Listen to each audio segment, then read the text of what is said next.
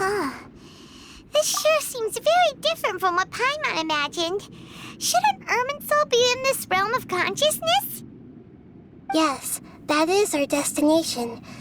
But I didn't expect the remaining consciousness of Greater Lord Rukkhadevata to be as polluted as this.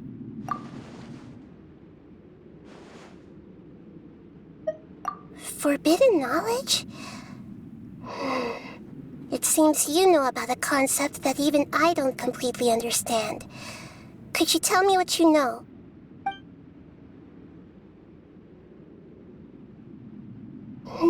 Your inference seems logical enough. Forbidden knowledge once polluted the desert thousands of years ago, but was successfully repelled thanks to King Deshret's self-sacrifice, and Greater Lord Rukkhadevata nearly exhausting her power. Then, a second instance of forbidden knowledge pollution occurred during the Conria Cataclysm 500 years ago. But I'm afraid it is much more serious this time, with Irminsul itself already in danger.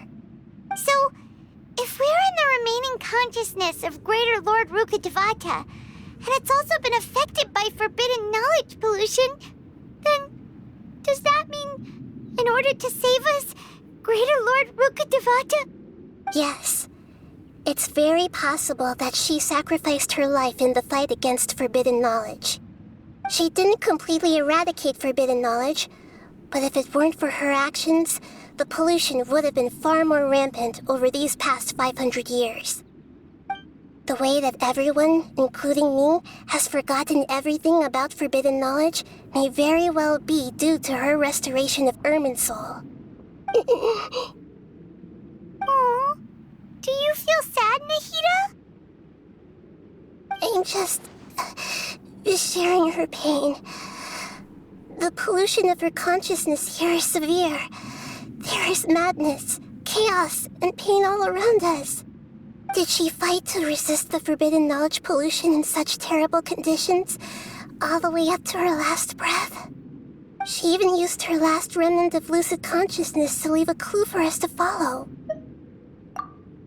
Yes, her words were distorted by forbidden knowledge, so that's all we could hear.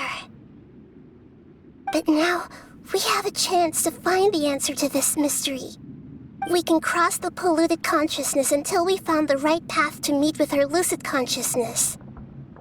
And then, we'll let Greater Lord Rukkhadevata tell us the truth in person. Each of us need to be mindful of the state of our own consciousness while we are here. Even with the Gnosis' protection, we must always keep a clear mind. Otherwise, we could go mad at any moment. That's so scary. Don't worry, it should be easy enough for you to keep that mind of yours clear, Paimon. Let's go.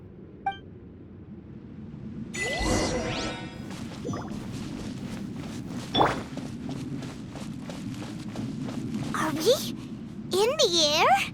And why is there a huge boat? That's the boat of consciousness, which symbolizes reason here. Its course is the direction our consciousness is traveling towards. If we lose control over... Wow! What are these? The monsters seem to have been affected by them.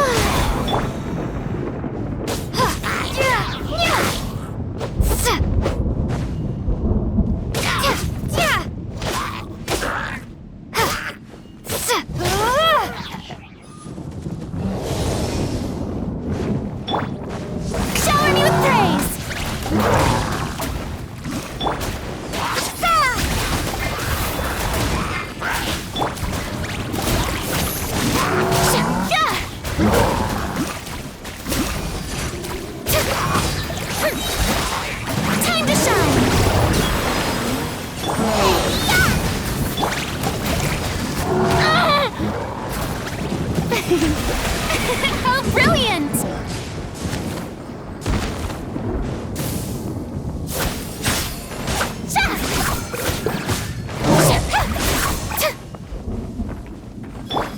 Propagate!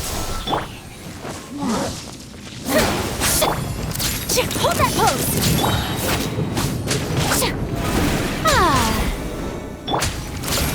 Right kick two!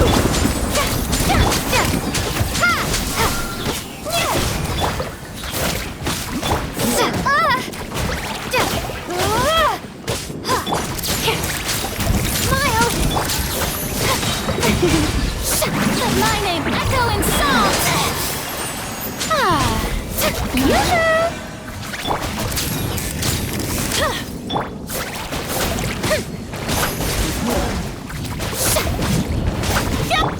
Hold that pose!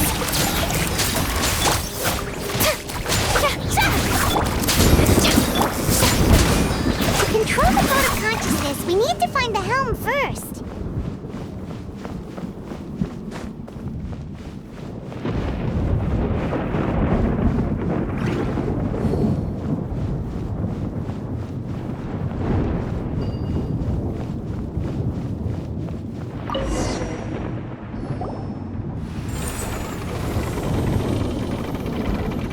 We changed direction. Are we still going the right way, Nahida? Mm-hmm.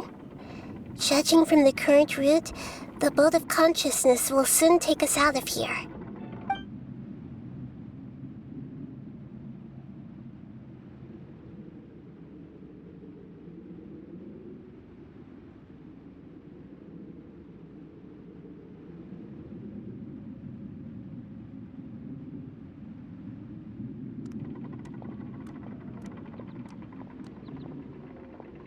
We'll be arriving at our destination soon.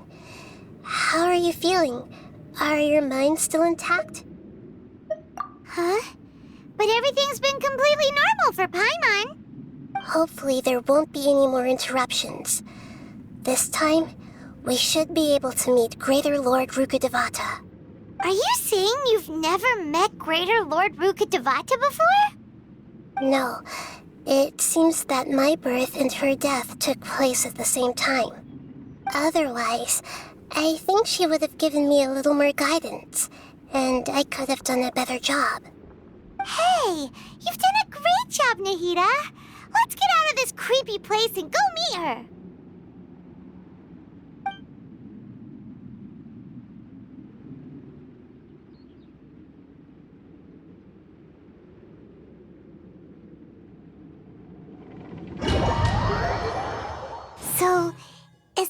place you were talking about? The base of Irminsul?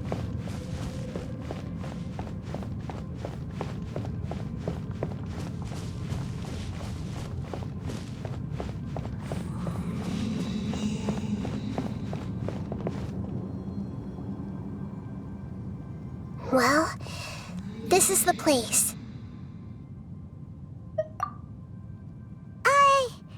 We're here to find Greater Lord Rukkhadevata, right?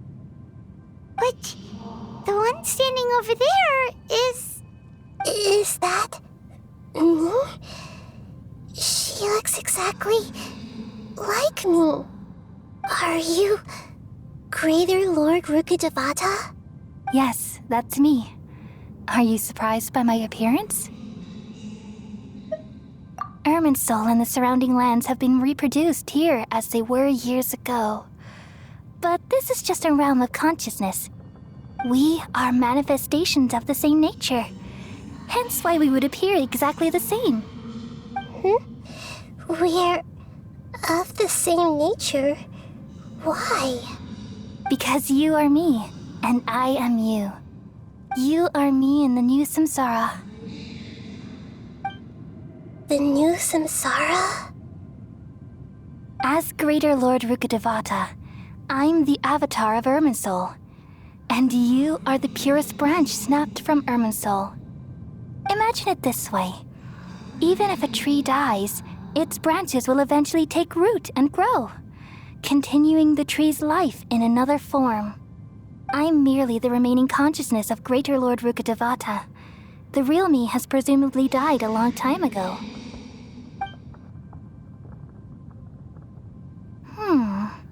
Judging from your appearance, I've probably been dead for 500 years. But you're finally here. My new self in the samsara.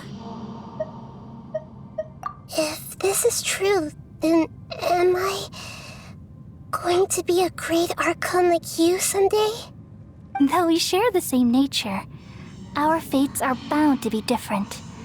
All things have their own fate. When a branch grows into a mature tree, it won't be the same as the original tree. That's why fate is the ultimate knowledge, isn't it? That's a great insight. Yes, very good. It's also precisely why you won't become like me. Really? But perhaps you may become an even greater Archon than I. I already see a determination in you that I didn't possess in my time, and the future that it leads you to will be yours alone, along with the blessings from your past experiences. Don't worry. The growth of wisdom is like that of a plant. You only need to wait quietly for the flower to bloom. Come to think of it, the sages never had the faintest inkling of the meaning of wisdom. Thank you. Nothing makes me happier than discovering that the Archon I always admired was in fact myself in another fate. It's so nice to speak with you, Greater Lord Rukkhadevata. I've always wanted to meet you. The feeling is mutual. From the moment I snapped the branch off Irminsul and created you, I've also looked forward to talking with you. Could you tell me why you wanted to create me? And what exactly happened when you died? Ah, I see. You're here seeking answers, right? Everything that day, even the sky itself, changed into a color like this. At that time, the seven were all summoned to the nation of Conria. Except for me. I had a more important task to attend to. I had to protect Irminsul. The disaster occurred together with the pollution of forbidden knowledge. At that very moment, with my consciousness connected to Irminsul, I sensed something was wrong. The pain started to torment my mind. By the time I reached Irminsul, it was already displaying signs of corruption. Had I not repelled the pollution of forbidden knowledge with King Deshret thousands of years ago, I might have felt even more hopeless and lost. So what exactly is forbidden knowledge? It's a kind of knowledge that doesn't belong to this world. and a form of truth that can't be understood. It came from the very bottom of the abyss. Even I could never understand it. The world is constantly rejecting it, leading to all kinds of bad phenomena. If we allow forbidden knowledge to pollute Irminsul, I'm afraid the entirety of Teyvat could fall apart. So, there's knowledge that even the God of Wisdom can't understand? At that time, I knew I couldn't repel the forbidden knowledge with my strength alone, which is why I created a device that compiled human wisdom and named it the Akasha. It's truly the world's most amazing invention. Thank you. For a long time, I thought dreams were the fruit of human wisdom. Though it was selfish to do so, I borrowed people's dreams using the Akasha. Then I compiled their wisdom and all of my own power. Well, did it work? Thanks to the wisdom of the people of Sumeru, almost all the forbidden knowledge was cleared from Irminsul. But things didn't go as smoothly as I thought. I had a terrible headache, which gave me an uneasy feeling. And then I remembered that my consciousness was also connected with Irminsul. It brought me knowledge and wisdom, but vile corruption as well. From the very beginning, my existence had been polluted by the forbidden knowledge. Oh no. How could that happen? I've experienced that pain in your consciousness. It must have been a horrible experience. Yes, but my feelings weren't important. The important thing was that even if I died, my existence and everything related to me would continue to exist in Irminsul as memories and knowledge, meaning that the forbidden knowledge couldn't ever be permanently eradicated. And there's no way for me to eliminate myself. It would be a sort of paradox. So, I took the purest branch of Irminsul as my incarnation in the next samsara, and left a trail of clues, all in hopes that you would come here and remove me and my pollution from Irminsul forever. Wait, no, I can't. So you realize what that implies? You are very smart indeed. Irminsul has all the knowledge and memories of this world.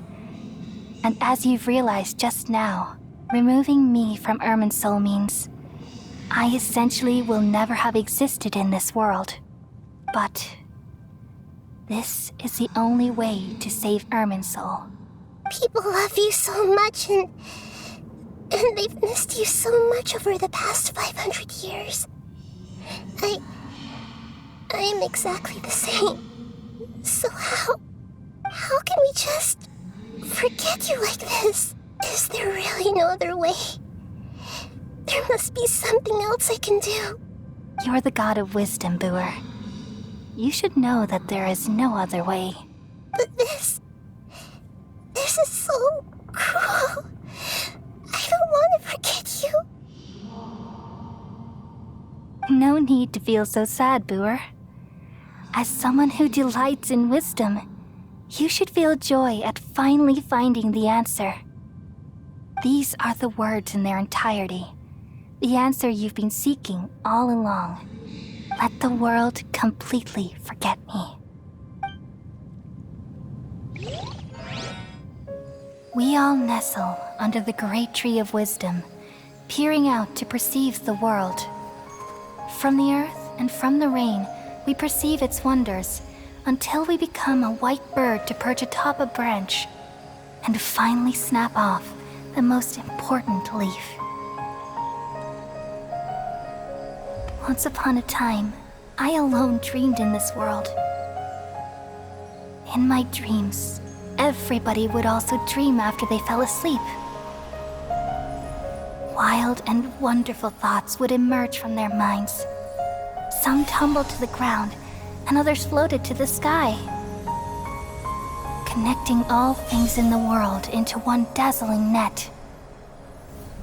Among a plethora of worlds were numerous smaller worlds, all of fate, finding within the tapestry their brilliant glow. I gradually understood that these indescribable and constantly changing things are the most profound things in the world. Only they can completely repel the madness. Only dreams can awaken consciousness from the deepest darkness.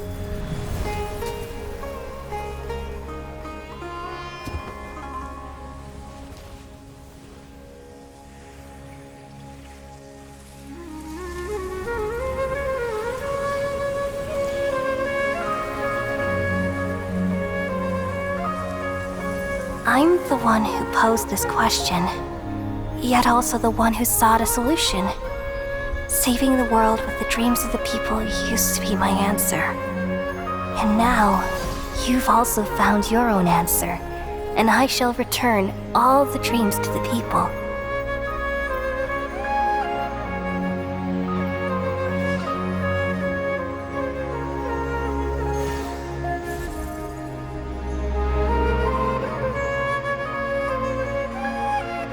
Goodbye, people of Sumeru. May you be blessed tonight with the sweetest of dreams.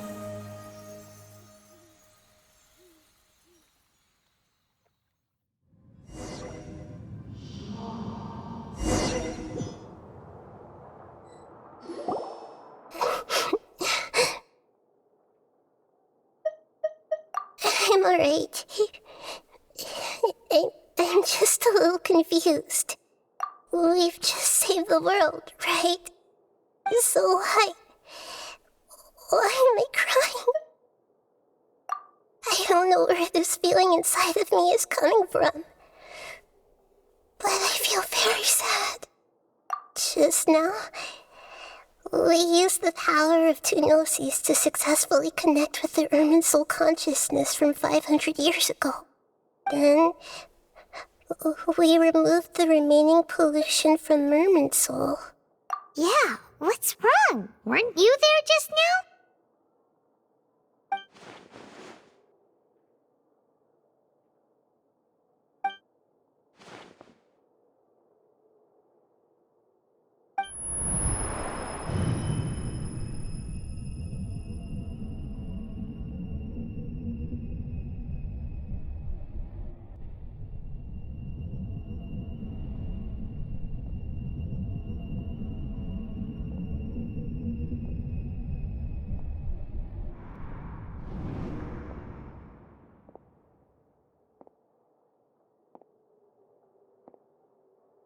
Huh? That sound. Traveler! Paimon! I've been waiting here far too long. But finally I have the chance to be alone with you. All the precious time I wasted has finally paid off.